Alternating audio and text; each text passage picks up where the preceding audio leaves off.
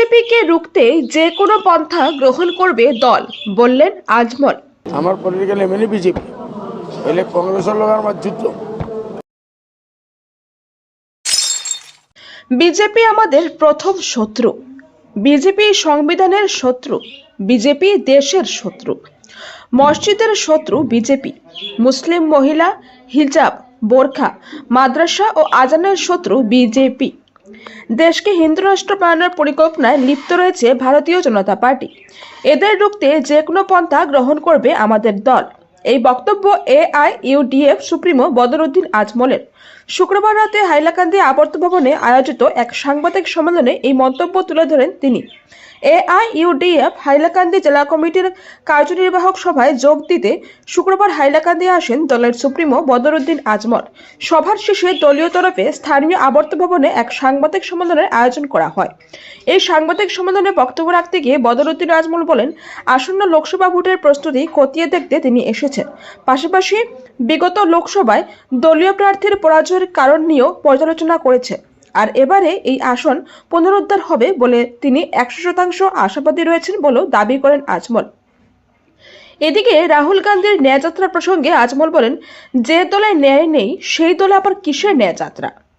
60 বছর থেকে কংগ্রেস অসমে মুসলমানদের সঙ্গে অন্যায় করে এসেছে।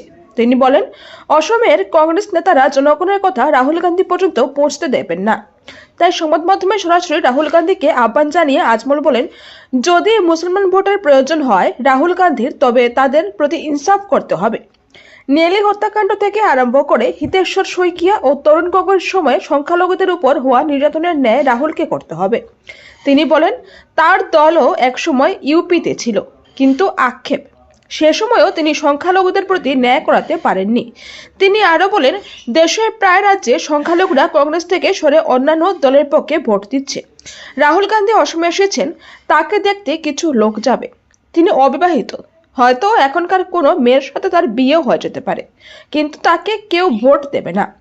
এদিকে এই কথার ঠিক পরে নিজের বক্তব্যে পাল্টি মেরে করিমগঞ্জ, নগাঁও ও ধুবড়ী ছাড়া রাজ্যের অন্য 11 আসনের সংখ্যালঘু মানুষকে কংগ্রেস ভোট দিতে আহ্বান জানান আজমল।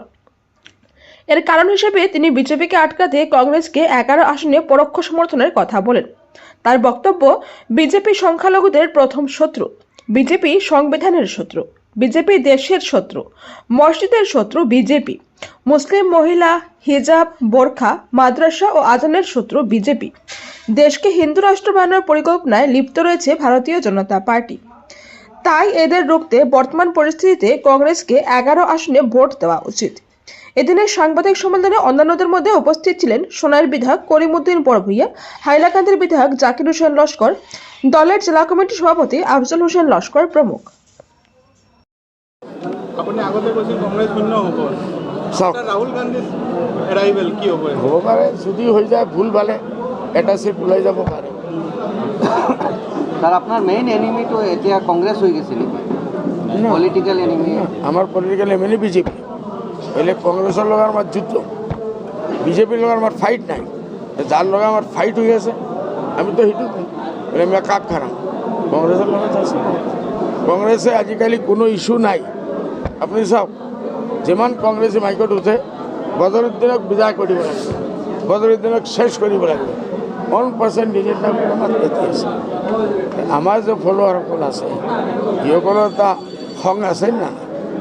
বদৰুদ্দিনে কি কৰিছে? তোমাৰ লগৰ বাপ দেউতাৰ ঘৰত গৈ খোৱা নাই, তোমাৰ পইচা চুৰি কৰা নাই, ডাকাতি কৰা নাই। তোমালোকে যে লুট মাৰ 60 বছৰৰ পৰা কৰিছে সেইটো উলংঘন কৰি আছে। সেইটো কাৰণে সিসকলে মোক